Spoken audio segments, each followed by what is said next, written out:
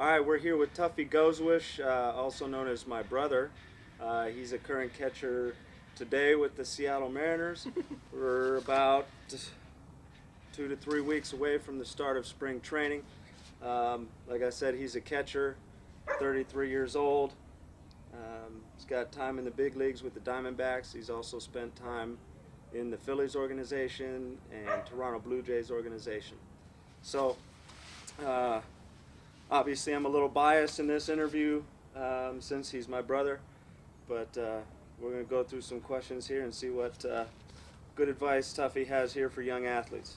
So, first off, if we're sitting here a year from now, talking about what a great year it's been for you, what will you have accomplished at the end of that year?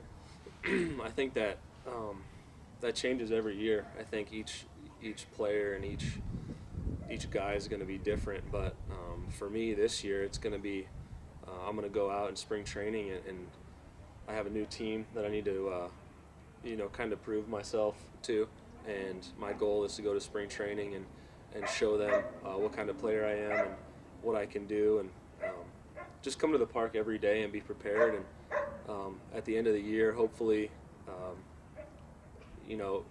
I will have been in the big leagues for most, if not all, of the year, and then had a productive season, not only statistically, but as far as helping the team. And when you're not playing, you can still help the team. So you don't want to focus strictly on statistics, but I just want to be part of a winning organization, and at the end of the year, if we do that, then it's successful in my mind. Absolutely.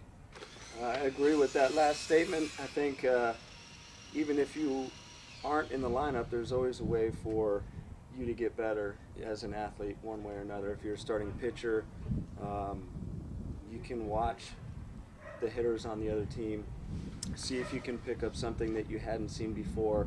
Even if you're not going to face them again in that series, there's a chance at some point down the road you're going to face that hitter or that lineup again. So yeah, absolutely. I think that's huge for younger athletes also, is to understand that even if you're not in the game, there's still ways that you can contribute to the team. You can pick up tendencies from the pitcher, the hitter, the base runners, all those different things to help contribute to the team. Yeah. And at the end of the day, it helps the team and it helps you in your career as well. And like you said, if you're not going to face them again, it doesn't matter. You can help the other pitchers. If you pick up something, you might be able to help the other pitchers when they're facing them. If you're not going to see them that time around or that trip or that series, then you're always looking out for your teammates. Yeah, I think, and that's one of the things with, we had the same college coach, and one of the things he said that didn't make sense back in the day, which a lot of it, when you're in the middle of it, doesn't make as much sense as when you look at it from the outside. But the hitters around you make you a better hitter in the lineup, and that's one of those perfect examples there. So yes, you obviously want the rest of your team to be successful, and then that makes everybody else more successful. Right.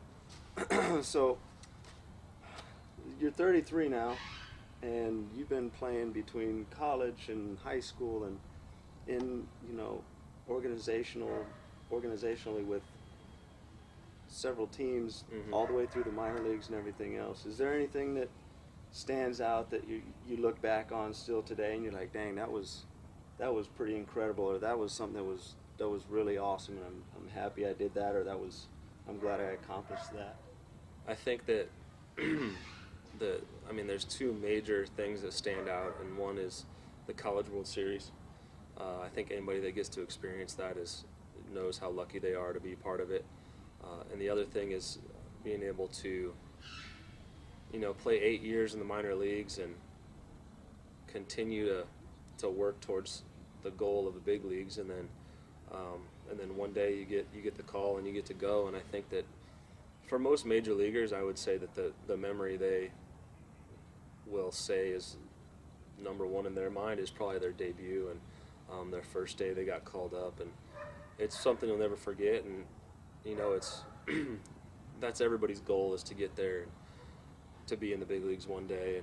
But you can't just think about that only. You have to worry about today and focus on each day, because you got to have fun along the way. You can't strictly focus on the goal. You have to enjoy each day and get better each day. And the journey is much longer than the destination. Once you're there, and that moment can go by very fast. But Right. the journey's going to be a lot longer, and I think that's for not just for athletes, but for anybody in life. I mean, you're always working towards a goal, but that journey along the road to get to that goal is going to be long, and you might as well enjoy it.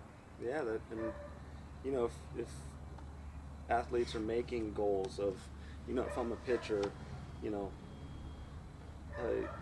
do you want to have a goal of I want to throw 96, or, you know, that's something to have in the back of your mind to work towards. But what are the things that are going to help that you need to do to accomplish Yeah. throwing at a higher velocity, or improving your RBI numbers or double numbers or whatever it might be? Any kind of statistic, those are okay to have, but understanding what are the underlying things that will get you to those numbers. Mm-hmm. And those are the important ones that it's important, I think, for athletes to understand as well. Yes. Tell me about a time in your career that things didn't turn out the way you intended, and what you did to move forward in a positive way. There's a couple of times. The first one that comes to my mind is it was my third year of pro ball, and I had been in high A the previous season, and I went to spring training. I had a great year in high A the year before. I went to spring training.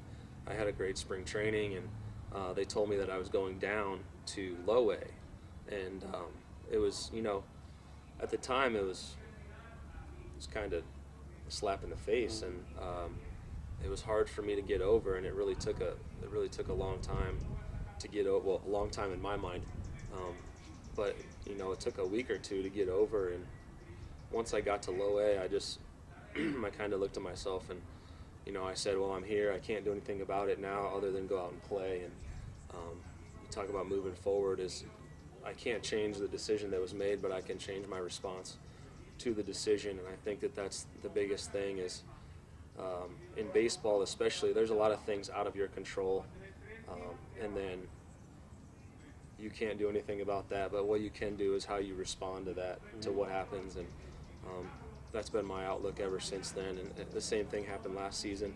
I started in AAA, and I wasn't expecting to be in AAA, and it took me 3 or 4 days to really come to terms with that. But I came back and tried to just not only make myself better as a player, but make my teammates better. And if you're struggling with something, and one thing that I've noticed that helps is take the focus off of you and try to pick up everybody else. And you stop thinking about yourself, and our egos can get in our way. And if you let your ego get in your way, that's only going to slow you down or impair you.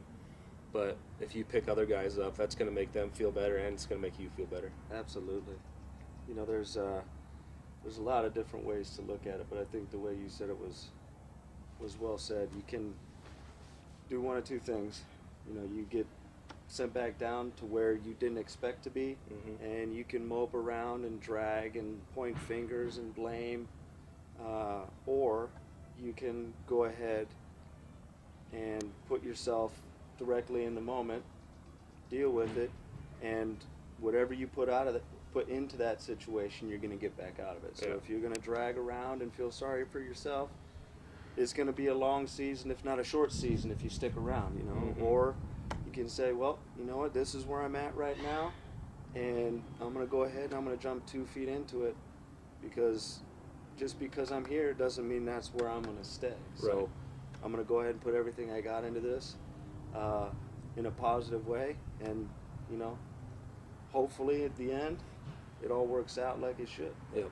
And the key right there is, you said, be in the moment. I mean, if you're in the moment at all times, then you're not worried about the past or the future expectations, and that's where people get hung up, is when things don't meet their expectations. Yeah. It gets to them. And so if you can just continually be in the moment and focus on right now, what can I do to get better right now, or how can I help myself in this moment and enjoy this moment, then you're not thinking about what's already happened or what might happen. Yeah, being in the moment will help you balance it out when you're away from the stadium or you're away from the complex or Yep. or whatever it might be, so you can Yeah. kind of, you know, still live a normal social life or family life and not get carried away and have that detract from Yeah. you know, your relationships too. You're not constantly thinking about what's going on at the field. Yep, Yeah. exactly. There has to be a separation there at Absolutely, yeah. some point.